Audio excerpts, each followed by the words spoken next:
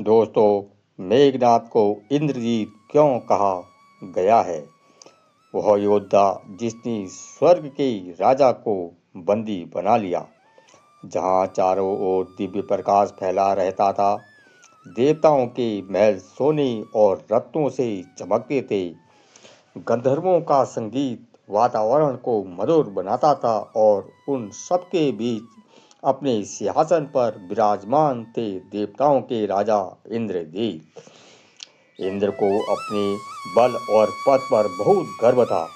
तीनों लोकों में उनका भय माना जाता था, लेकिन उन्हें नहीं पता था कि धरती पर एक ऐसा बालक जन्म ले चुका है जो एक दिन स्वयं इंद्र को युद्ध में पराजित कर देगा।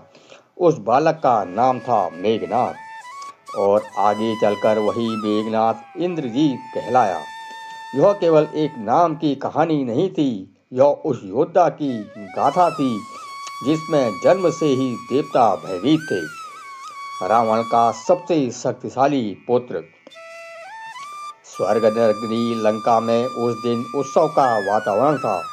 महल दीपों से जगमगा रहे थे। राक्षस सैनिक नृत्य कर रहे थे, क्योंकि लंका के महाराजा रावण के घर पुत्र का जन्म हुआ था। जन्म लेते ही उस बालक ने इतनी भयानक गर्जना की कि पूरी आकाश मंडली कांप उठी। उस समय बादलों में तेज गर्जना होने लगी। इसी कारण उसका नाम रखा गया मेघनाद। लेकिन उस दिन एक और विचित्र घटना हुई। लंका के ज्योतिषियों ने जब बालक की कुंडली देखी तो उनके चेहरों का रंग बदल गया। महाराजा एक ज्योतिषी कांपती आवाज में बोले, यह बालक साधारण नहीं है। यह ऐसा योद्धा बनेगा जो देवताओं तक को युद्ध में हरा सकता है। रावण की आंखों में गर्व चमक उठा। उसे लगा जैसे उसका सपना पूरा हो चुका है। ग्रहों को बंदी बनाने वाला रावण केवल बलशाली ही नहीं, महान ज्योतिषी भी था। वह चाहता था कि उसका पुत्र संसार का सबसे शक्तिशाली योद्धा बने। इसके लिए उसने एक असंभव कार्य किया। उसने सभी ग्रहों को आदेश दिया कि वे मेघनाद के जन्म के समय शुभ स्थिति में रहे। सूर्य, चंद्रमा, मंगल, बृहस्पति, सभी ग्रह भयभीत उनकी आज्ञा मान गए। लेकिन जब रावण शनिदेव के पास पहुंचा तो शनिदेव ने सिर झुका लिया, पर अपनी दृष्टि तीखी कर दी। रावण क्रोधित हो उठा। सीधे क्यों नहीं देखते शनिदेव? उसने गर्जना की। शनिदेव शांत स्वर में बोले, रावण, समय और भाग्य पर किसी का अधिकार नहीं होता। क्रोध में रावण ने शनिदेव को बंदी बना लिया, लेकिन उसी क्षण भविष्य ने अपना निर्णय लिख लिया। मेघनाद महान तो बनेगा, पर अमर नहीं। बचपन से ही अद्भुत शक्ति। मेघनाद बचपन से ही असाधारण था। जहाँ दूसरे बालक खेलते थे, वहाँ वह युद्ध कला सीखता था। उसने अस्त्र शस्त्र, तंत्र विद्या और मायावी युद्ध में महारत हासिल कर ली थी। कहा जाता है कि वह एक साथ कई रूप धारण कर सकता था। रावण स्वयं उसे युद्ध सिखाता था। एक दिन रावण ने कहा, मेघनाद, केवल एक बलवान होना पर्याप्त नहीं है। युद्ध जीतने के लिए बुद्धि और माया भी होनी चाहिए। मेघनाद मुस्कुराया, पिताश्री, मैं ऐसा योद्धा बनूंगा जिससे देवता भी भय खाएंगे। रावण गर्व से भर उठा। युवा होने पर मेघनाद ने निर्णय लिया कि वह देवताओं से भी अधिक शक्ति प्राप्त करेगा। वह घने जंगलों में चला गया और भगवान ब्रह्मा की कठोर तपस्या करने लगा। वर्षों तक उसने भोजन और जल त्याग दिया। देवता चिंतित हो उठे। यदि यह राक्षस वरदान पा गया तो स्वर्ग संकट में आ जाएगा। लेकिन तपस्या जारी रही। अंततः भगवान ब्रह्मा प्रकट हुए। मेघनाद, मैं तुम्हारी तपस्या से प्रसन्न हूँ, वर मांगो। मेघनाद ने कहा, प्रभु, मुझे ऐसा वरदान दीजिए कि युद्ध में कोई मुझे पराजित ना कर सके। ब्रह्मा बोले, तुम्हें अद्भुत शक्ति प्राप्त होगी। जब तक तुम युद्ध में से पहले विशेष यज्ञ पूरा कर लोगे, तब तक कोई तुम्हें हरा नहीं सकता।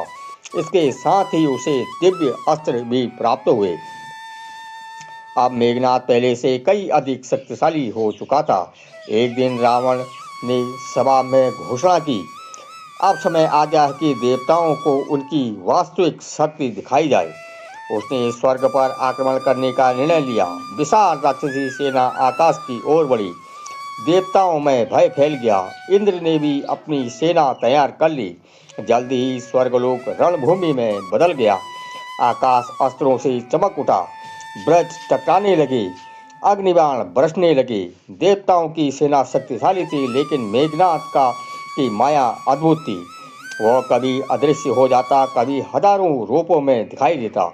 देवता भ्रमित हो गए। इंद्र स्वयं युद्ध भूमि में उतरे। उन्होंने अपने दिव्य ब्रज उठाया और मेघनाद पर प्रहार किया, लेकिन मेघनाद मुस्कुराया। उसके मंत्र पड़ा और अचानक पूरा आकाश अंधकार से भर गया। इंद्र पहली बार विचलित हो गए।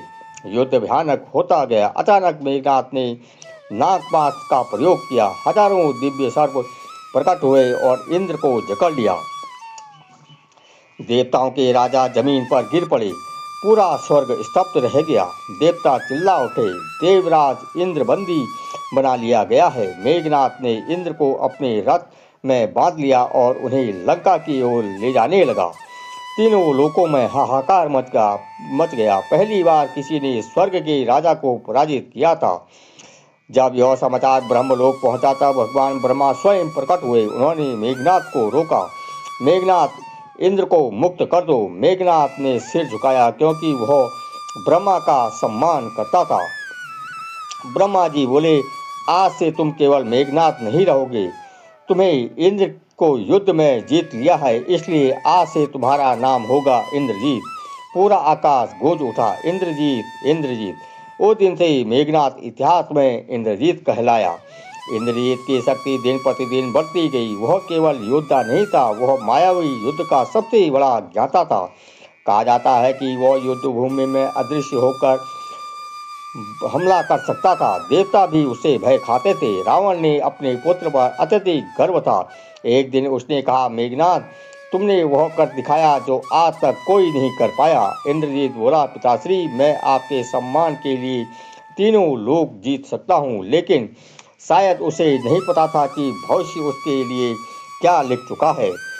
जब राम की सेना लंका पहुंची तब रावण को सबसे अधिक भरोसा इंद्रजीत पर ही था, और वास्तव में युद्ध में उसने ऐसा आतंक मचाया कि वानर सेना कांप उठी।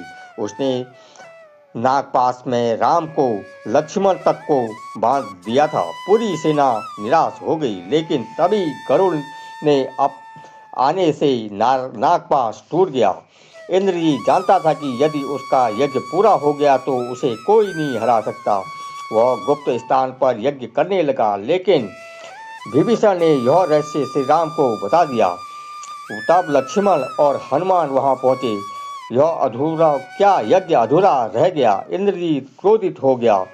जब युद्ध आरंभ हुआ, इंद्रजीत ने अपनी पूरी शक्ति लगा दी। आकाश कांप उठा, पृथ्वी हिलने लगी, लेकिन इस बार सामने थे लक्ष्मण। दोनों के बीच भयानक युद्ध हुआ। अंततः लक्ष्मण ने दिव्य अस्त्र छोड़ा। वह बाण सीधा इंद्रजीत के हृदय में जा लगा। लंका का सबसे महान योद्धा धरती पर गिर पड़ा। जब रावण को अपने पुत्र की मृत्यु का समाचार मिला तो वह पहली बार भ्रमित हो उठा और पूरी तरह से टूट गया। उसकी आंखों से आंसू बहने लगे। उसने आकाश की ओर देखते हुए कहा, मेघनाद, तुम केवल मेरे पुत्र नहीं थे, तुम लंका की सबसे बड़ी शक्ति थे। लेकिन समय अपना निर्णय सुना चुका था। इंद्रजीत केवल राक्षस नहीं था, वह महान योद्धा था, असाधारण तपस्वी था, अपने पिता के प्रति अत्यंत निष्ठावान था, लेकिन अपने धर्म के स्थान पर अधर्म का स्थान चुना और यही उसकी सबसे बड़ी त्रासदी का कारण बना।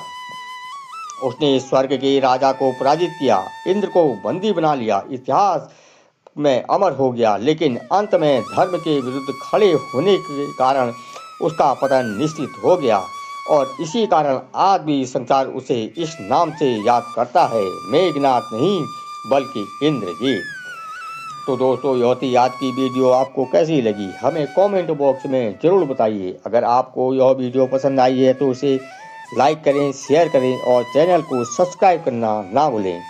लेते हैं आपसे विदा। जय सिया राम, हर हर महादेव।